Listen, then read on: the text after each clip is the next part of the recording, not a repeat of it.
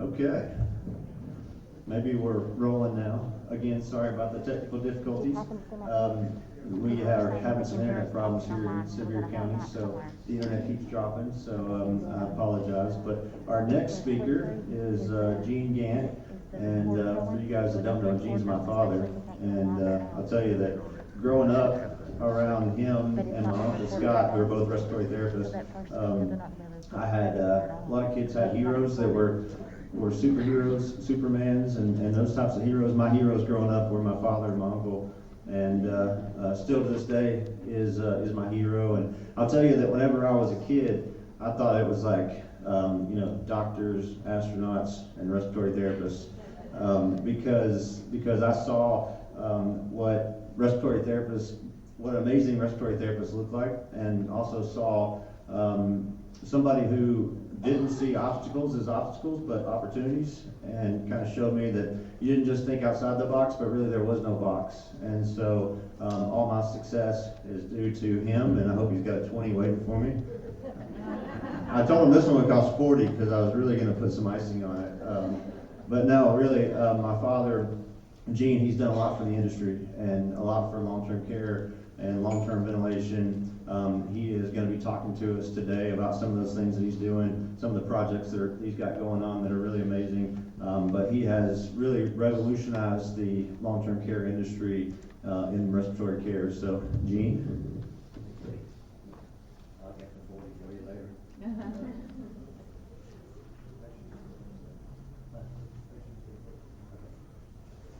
If I get too far away, just tell me to get closer. I won't take it personal.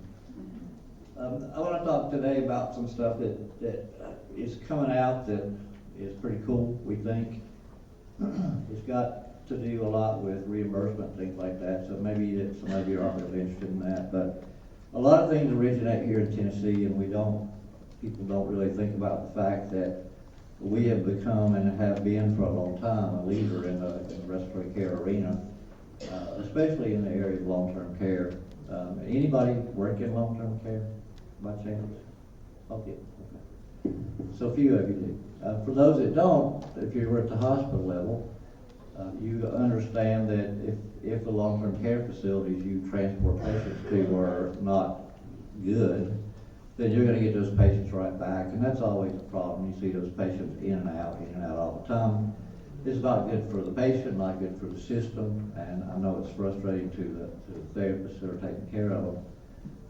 In addition to that, if you're working in home care, you see patients that are discharged home that probably should have stayed another week or month in the hospital, and they bounce back to the hospital. So that's a lot of what happens. So we try to prevent that wherever we can.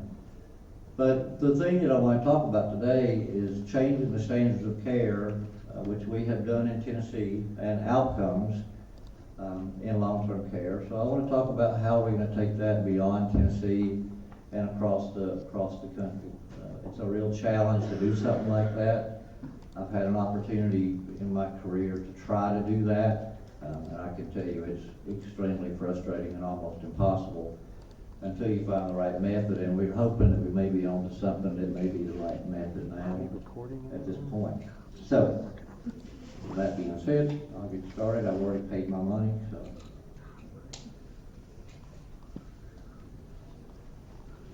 So to give you a little background, we have in Tennessee since 2002 had a very successful program of long-term ventilator care. And I'm talking about long-term ventilator care is in the skilled nursing facility arena.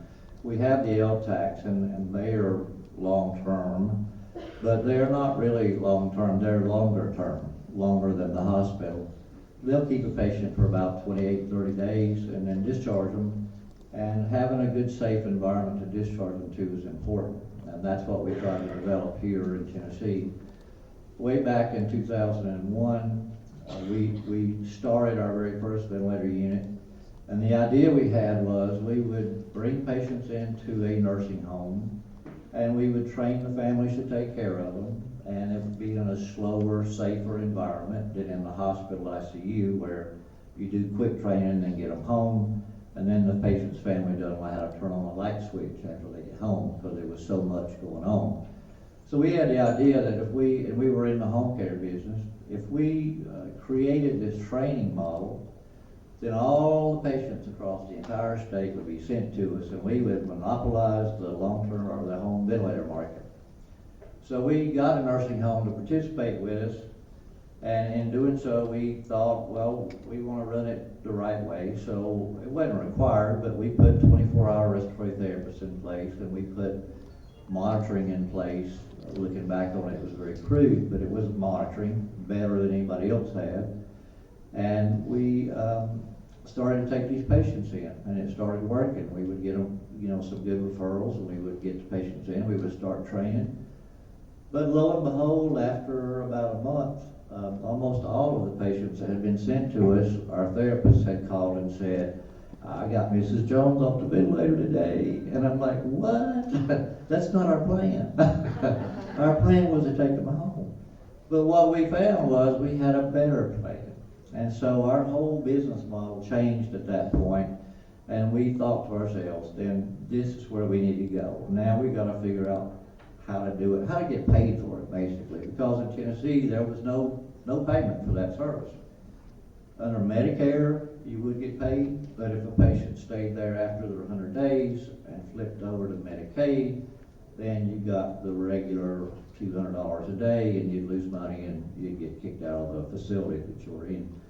So anyway, long story short, is our business model changed tremendously, and we were very lucky in 2002 when Governor Bradison was elected, because I don't know if y'all remember him, but he had a managed care background. That's what he did before he became governor. He sold his company, made millions, and when we got in front of him and told him what we were doing, he got it, and he said, let's do this, let's take it across the state. So we opened another couple of units, and then we started trying to pave the way for how can we build standards so that, because we knew other people would get into the business, but we didn't want to see other people get into it and do it halfway. And, we used old antiquated equipment and not put staffing in place and things like that. So we approached every group we could and said, we want you to regulate us. We want to self-regulate. We'll tell you how to do it and help you along the way, and we'll make it tough, but make everybody live up to the standards that we're doing right now. And most everybody said, okay. So back in 2007, we presented this to the Respiratory Care Board, and we came up with a set of basically 10 standards of care.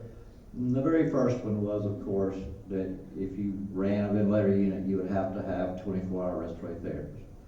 That was the very first one, and that's the foundation that we built off of. Beyond that, we wanted those respiratory therapists not just to be in the building, but to be in that area where those patients were. So they had to be set in that unit. Then beyond that was, using monitoring, using the best equipment available at the time. We tried to describe it, but it basically said modern equipment, so that's kind of wide-ranging. But in Tennessee, we had, in 2007, the Respiratory Care Board did endorse it. We went to the Healthcare Facilities Commission, and in 2008, they endorsed it and put it in the rules of operations for nursing homes. So at that point, Any nursing home that started doing long-term ventilator care had to do it at least this good. They could do it better, but they had to do at least this much. In 2009, we authored a position statement that was put out by the AARC, which gave us a little more backing and a little more credibility to what we were doing. And then in 2010, actually 2009, let me back up a minute. 2009, I met in Baltimore with CMS, and I met with a group of about 30 people in Baltimore at Medicare and Medicaid. And I said to them, y'all are paying for ventilator care under the Medicare program and the Medicaid program, but from the Medicare point of view, we'd like for you to put these standards of care in place, and at least require this much. And they looked at me and said, basically, we can't do that. That would require an act of Congress, and literally it just about would. It would mean redoing the entire Medicare system. So at that point in time, they said, but let me ask you this, what can we do to get nursing homes to take more patients? And I said, well, you could double the rate. And they said, okay, we can do that. And I'm like, really?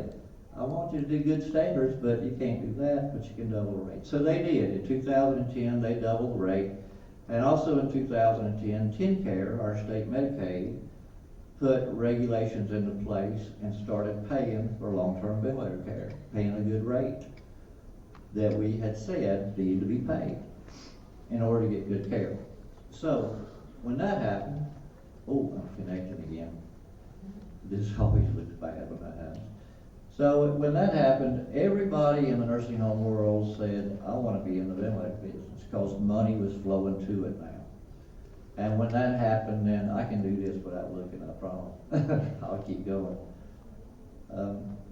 When that happened, then everybody wanted to get in the business, and between 2010 and 2013, there were 2 ventilator units that went to 10 ventilator units across the state. And looking across the state, we weren't operating those. We were the hands-on caregivers in 2 of them. But in the other 8, they were no longer weaning patients. They were no longer providing the same level of care that we were providing in the past. And all of a sudden, the TennCare expenditures went out the roof, and it became a nightmare for the state.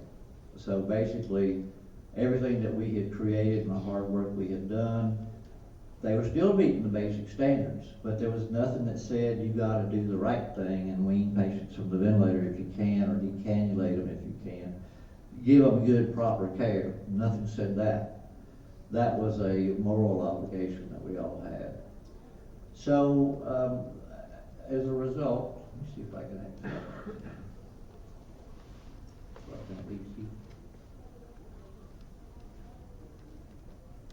Yes. So as a result, we had an excessive amount of spending in the state, and the program we created, like I said, had gone haywire. So in 2015, we went back to the state. Now, backing up a little too, our statewide average is half of the long-term ventilator patients in the state are liberated today. In some facilities, that's more 70%. Some facilities, it's down to 40%. But as a state average, 50%. Nobody else in the country can say that, because nobody else tracks that or watches it or monitors it like we do here in Tennessee. And nobody else pays according to your results, your outcomes, which I'll talk about in a minute. So 50% of patients are liberated, 50% are decannulated, and that's what we want to see. But as the 10 units grew, the expenditures in the state went up to around $25 million a year. And we approached the Bureau of TennCare and basically said, we created this mess and we'd like to fix it for you.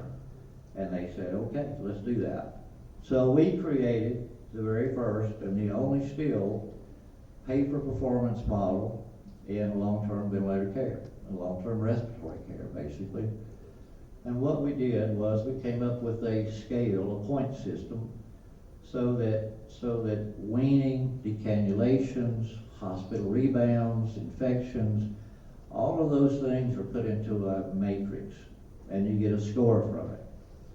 And in that score, there will be other components, and the other component was, we said, you can't achieve all these things that we want to see if you don't have the right technology in use. So we added a technology component to the scoring system. So that technology component says if you have high flow, for example, not only do you have it, but show me that you're using it, then you get additional points for that. If you have cough assist devices, if you have portable monitoring so patients can get out of the room and go to the dining hall or whatever they want to do, you can monitor them anywhere in the building, that gets you extra points. All of that rolls into a score, and then you're put into a tier. Tier 1 being the best, Tier 2, then Tier 3 being the worst. So that is the system that we put into place. If you hit the Tier 1 and you were performing well and you had a good wing rate and you had the right equipment placed, which go hand in hand because the places that didn't use all that equipment had the worst outcomes. So we can correlate technology to outcomes. So what we had then was a system that paid you more if you were successful and paid you less if you did a poor job. So no longer was it everybody gets $750 a day. Now it was you get $850 a day if you excel, but if you don't, we're going to drop that to $500 a day. And it's unfortunate, but in the healthcare system and in the country, the thing that causes change is money. And that caused change.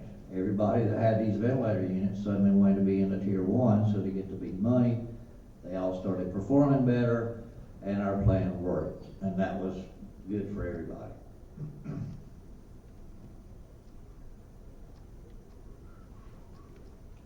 And now, won't work.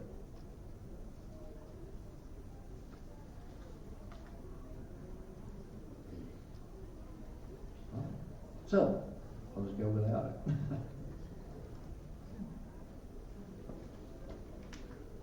Could you step out and tell them this froze up for me, please?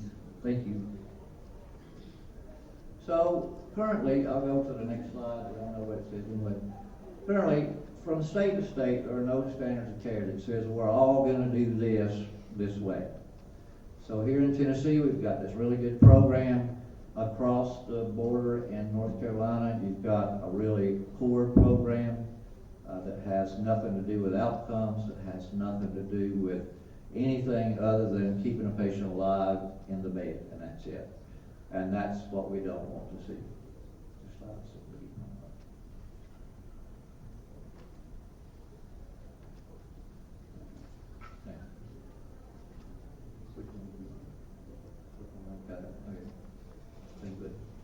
So, no standards of care. Most states have little or no requirements for respiratory therapists. And again, I'll give you an example, and I'll tell you a funny story. We had a reason to go to North Carolina. We got a call from a nursing home operator that had a 60-bed ventilator unit, one of only 2 in the state. And she said, I've heard about this weaning thing y'all are doing, and I want to talk to you about it.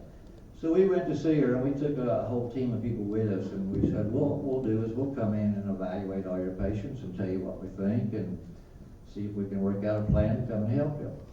So we got there that day, and we fanned out, and we saw 60 patients in a 2-day period of time. Some of the patients we interviewed as they were walking down the hall with their ventilators on their shoulders, and their tube been dragging on the floor, and they were just walking along talking to us. And I said to one guy, I said, you know, how long have you been here? He said, I've been here 2 years. I said, well, what brought you here? Now, granted, his ventilator tube is on the floor. And he said, well, I had open heart surgery, and after surgery, they couldn't get me off the ventilator. And I said, really? I said, well, what happens if you get off of it? He said, I don't know. He said, they tell me I have to have it to have the bill paid here. So I said, okay. So we went back to the nursing home administrator at the end of our very short job there and said, we've got great news for you. We think half of the patients, 30 patients, could be liberated from a ventilator and sent home in maybe a month at the most. And she said, what? She said, what would I do with all those empty babies? We said, You told us you had a 2-year waiting list. Let's go get 2 years worth of patients and put them in those beds, and we'll do the same thing again, and we'll do it over and over. And she said, you know what, I don't think that fits in my model, so thank y'all for coming. And we left, and that was it. It bothers me today that we left 30 people on a ventilator that didn't need to be there. There's nothing I could do about it. It is sad. So the states that don't have, and so they had no requirements for respiratory therapists there whatsoever. So they did have somebody 8 hours a day, and that's all they had for 60 patients. The rest of the time they were on call. The reason that is the state Medicaid payments are low, the rates are low. I mean, they want to pay the least amount, $200, $300 a day, and they expect no outcomes whatsoever. And they don't get any. And so you have, and I'll pick on a few states, I hope nobody's here from Texas, but Texas is one of the worst. Texas has 2 different ventilator units that are over 60 beds each. They advertise proudly on their website that they use the LP10 ventilator. And I don't know, how many of y'all know what LP10 is? Yeah, those of you that have been working after about 1985 on probably don't know what it is, but it's an old ventilator that weighs about 50 pounds and makes a great boat anchor because it's got handles on both sides so you can drop it in the water. But it's not the ventilator of choice for long-term patients. So anyway, their rules say that they have to have a respiratory therapist once a week, and then they're on call the rest of the time. So again, you have no outcomes whatsoever. You have patients that die in the care of these facilities. And again, that's just one place that I know of. In Beverly Hills, California, we visited a ventilator unit there that was 80 beds. And you would think in Beverly Hills, California, it would be kind of nice. But it was really bad. They also used the LP10 ventilator. That's been off the market since the late 80s. Nobody repairs them anymore, but they go forever. They're a good piston ventilator that goes forever. Great for blowing up the tires on your car if you need it. So, because no outcomes are expected, that's exactly what they get. And these families have to suffer with the fact that, you know, I can't put my loved one in the home because I got to work all the time. But I got to put them in a facility, and then these facilities turn out to be, pardon me, but they're crap. So we don't want that in our state. Now, what we do want to do is take what we know and what we've learned across the country. I had an opportunity in 2008. We sold our company at the time to the Lindy Group from Germany. And for 2 years, actually for 5 years, I traveled around Europe and South America, and I went to meet with health ministers, which was funny because in Portugal, the translator told me to slow down so he could understand me. And I said, dude, we only have an hour. If I slow down anymore, we won't get finished. But my job was to convince other countries to start paying for this level of care. We were very successful. We opened 13 ventilator units. 13 countries. We opened ventilator units in 13 countries on 3 continents.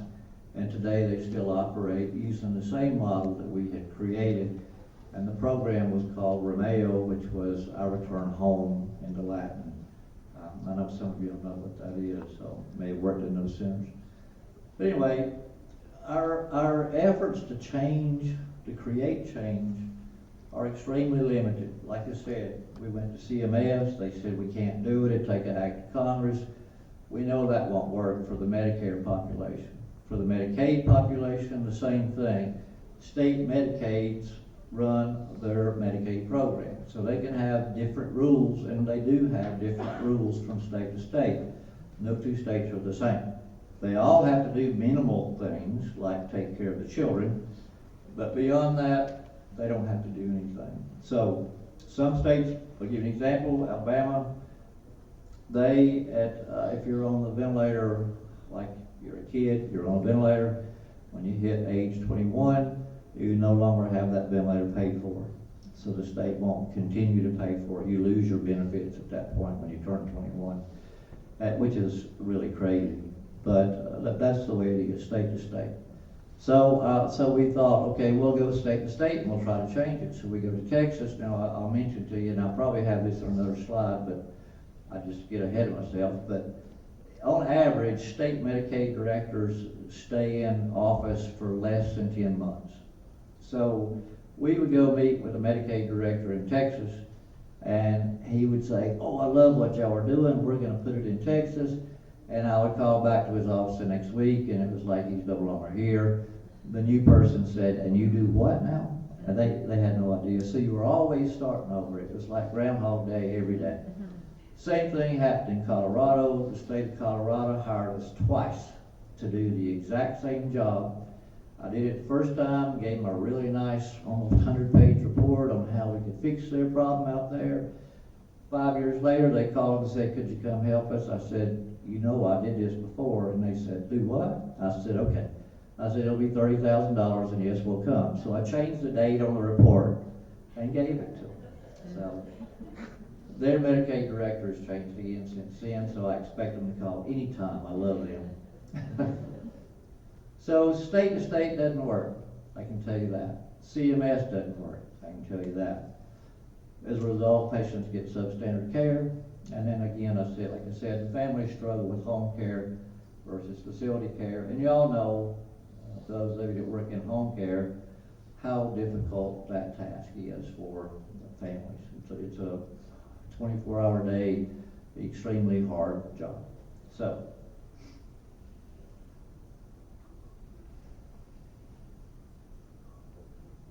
There, I just said it. So, there's the same thing I just said. So, what we decided was, from our experience here in Tennessee, there's only one way to make a change, and that is money. And so we have to have money as a driving force to make change happen in different states. And you say, how are you going to do that? Well, I'm going to tell you. We have an idea that's underway.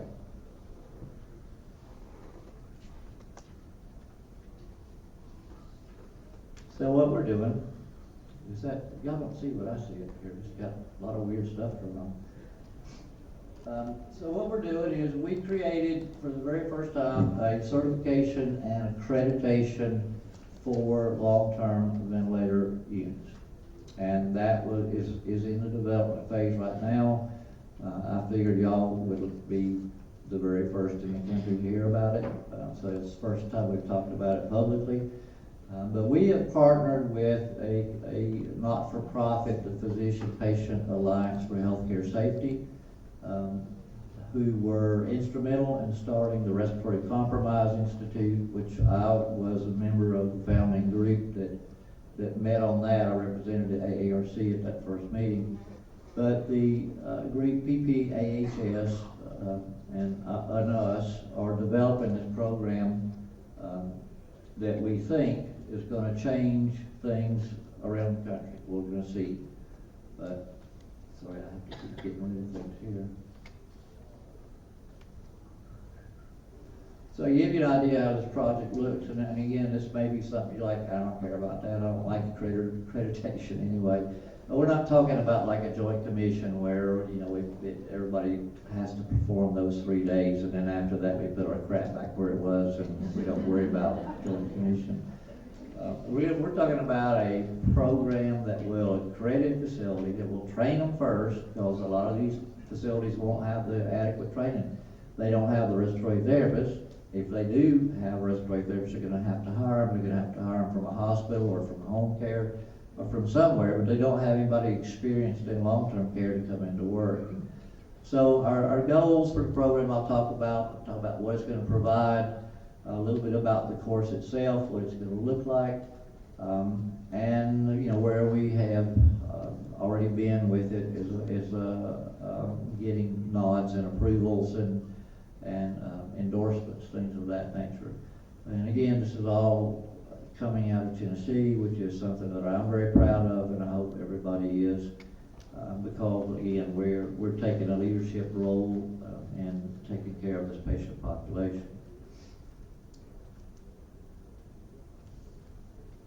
forgot to mention before I started, I don't know if y'all know, well, you'll see on the agenda, my name is not Carrie Hilton, as you know. I tried to get her name back, but they said, no, you did that a couple of years ago and it got us in trouble. But Carrie's out. She's a dear friend. She's out, not feeling well. But if you don't like what you're hearing today on the evaluation, make sure her name's at the top of it. If you do like it, you can scribble my name in if you want to. But basically, it's her time. I'm just filling in for it. So what we've done is drawing from our 20 years or more of experience in doing this kind of care and providing an outcomes-based enhanced respiratory care program in Tennessee, along with the standards of care that we did from the AARC. Our goals are to create a training and accreditation program that's specific to long-term care facilities that take care of tracheostomize and ventilated individuals. That course will be pretty basic, you would think some of it would be, but I'll give you the content of it here in a minute. Some of it's, you would think, well, we should already be doing that, but it doesn't happen. But anyway, our number one thing was to improve patient safety, because these patients are not safe if you've got a respiratory therapist on call and you've got 80 patients and you got LPNs and CNAs and maybe one nurse, one RN covering the entire building. I mean, the requirements in these facilities are pretty low. The bar is pretty low, so we've got to raise that. So we want to improve the delivery of respiratory care in these facilities. Some of you may remember prior to 1998, we had respiratory therapists in nursing homes all over the country. It was a big money scheme. We had a lot of companies that figured out how to make a ton of money off of it. We got into the business as well, but we didn't make a ton of money off of it. We were not doing things like the other companies were doing, where you had respiratory therapists sweeping the floor and getting paid for doing it, billing Medicare for it. Anyway, that all went away in 1998, and overnight, respiratory therapists came out of skilled nursing facilities, and those patients were left in limbo.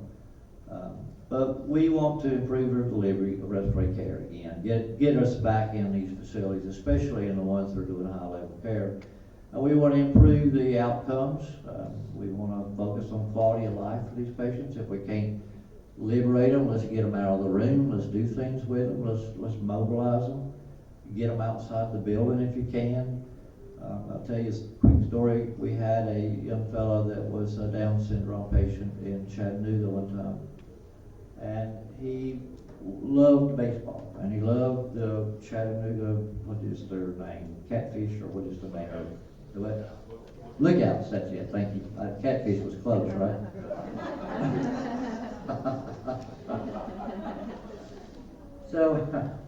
So the staff there said, well, we're going to take him to the Lookouts ball game on Saturday, and I said, that is so cool.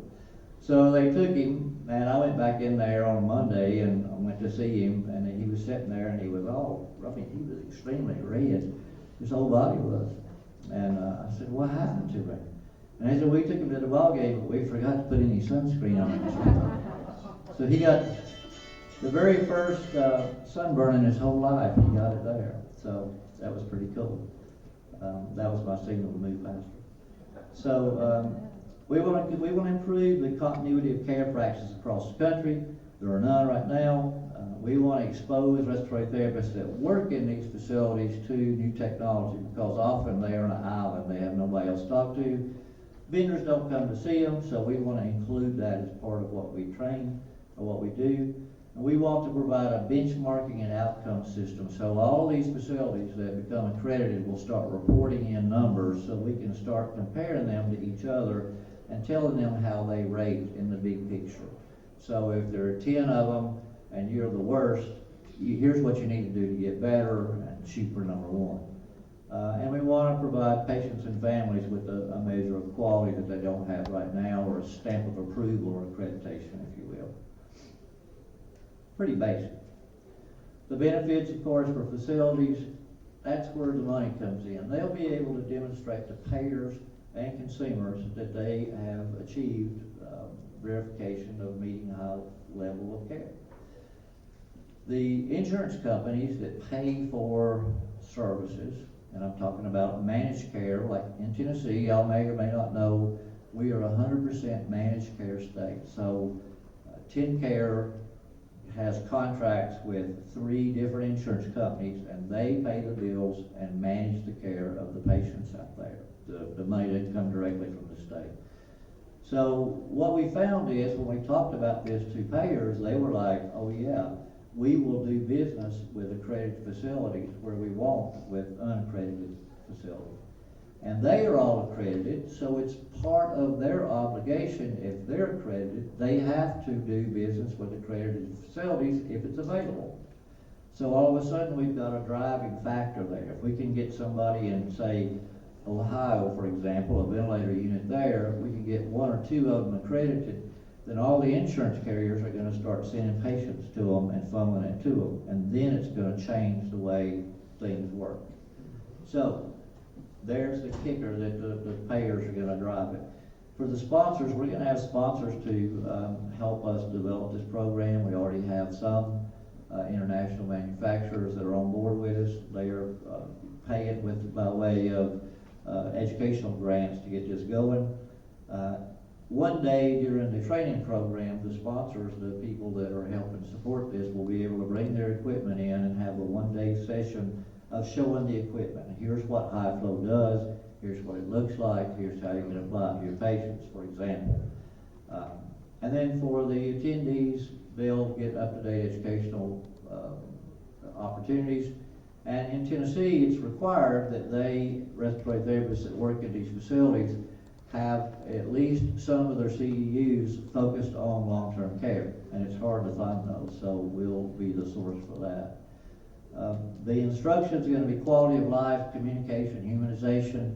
I can tell you that one of the very first things that happens when a patient came into one of our units that we operated, within 24 hours we had a speaking valve put in place, and they were wanting to borrow the phone to call their family and say, I'm getting better. And when that happened, because they'd already been told that they were going to die on the ventilator, without it you're not going to make it, that's what the families were told, that's what the patient was told. Well, now we couldn't just go in there and say we're going to wean you from the ventilator, because they would be like, you're going to kill me is what you're going to do. So we had to gain their trust, but putting that speaking valve in place made all the difference in the world, because they hadn't talked in a month or 2. Then we're going to talk about weaning approaches and what happens after we liberate them from the ventilator, how we're going to care for them and monitor them. We can't just take them off the vent and then just leave them, because that won't work, as we know. And we're going to talk about end-of-life care. All of our staff that deals with these patients across the state right now, we are the ventilator police, if you will.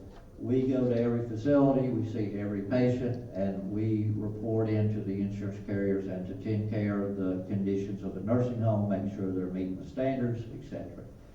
But we are all trained in end-of-life care, and all of them are certified in palliative care. So we have these difficult conversations with the families that nobody else wants to have. And that has been, it's oddly a blessing to see that patients can finally have somebody explain it to them, so that it's not like, I'm going to take mom off the ventilator and kill her. I said I wouldn't do that. But we are able to interact with them a lot better. And it'll include process improvement, benchmarking, that kind of thing. We'll show the different ventilators, the high flow, the mechanical insufflation, et cetera, et cetera. So that's all part of the training as well. Sounds pretty basic, but it's not.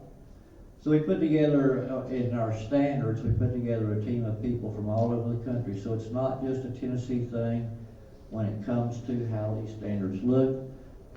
We've got a very well notable doc from down in Florida, a doc from up in Nashville. We've got a Vice President of Regulatory Affairs at the Georgia Healthcare Association, which is the nursing home chain, or the nursing home industry group. We've got a fellow from, or a lady from Texas who does senior care, a fellow from the Massachusetts Board of Respiratory Care, a lady that does staffing in ventilator units up in Illinois, and of course Zach, I always have to call on him because he's very good at what he does, even though I do have to pay $20 every time he introduces me. So far we've November 5th, we presented this to the AARC Board of Directors and said, we want you to endorse what we're doing, help us, pat us on the back, and we'll just keep going. That was one of the things they said, what do you want us to do, help fund it? And we said, no, just pat us on the back, tell us we're doing a good job, and we'll take care of the heavy lifting. And they said, okay. And then we also will be able to work with them to help promote the program once it's rolled out. It'll probably be, hopefully will be part of their continuing medical education program that the AARC offers directly. So that training will be offered widely. We've already met with TennCare, Blue Cross, United Healthcare, Amerigroup, Anthem. All of those have an interest in it, and by about June of next year, it will become part of the regulations in Tennessee that to do this ventilator care, if they're going to do business with you, you got to be accredited, and that'll give us a real sound launching pad to take this across the country. So far, we are targeting Illinois, Ohio, and Texas. My friends in Colorado that I love, every time they pay me. And then Georgia, Georgia has a program, we'll improve it, and then Washington State has a program, we'll improve it. So those are our first targeted states because they have some history with what we're doing and know a little bit about us. We believe, and I'm very passionate about this, as you can tell, and as you know, it's what I've done for most of my adult career. I did 10 years in ICU and then went to long-term care and home care.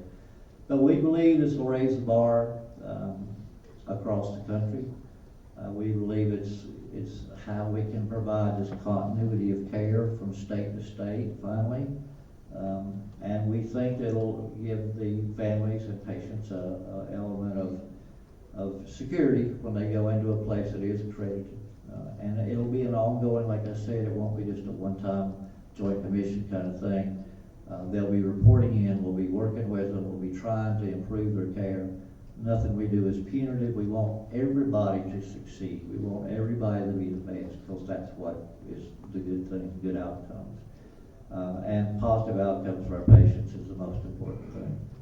And I hope I hadn't bored you to death with my fill-in speech, but thank y'all very much. If you have any questions, I'll answer them. That was easy.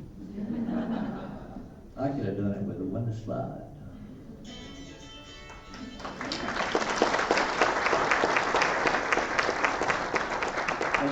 Thank y'all very much for being patient with all this.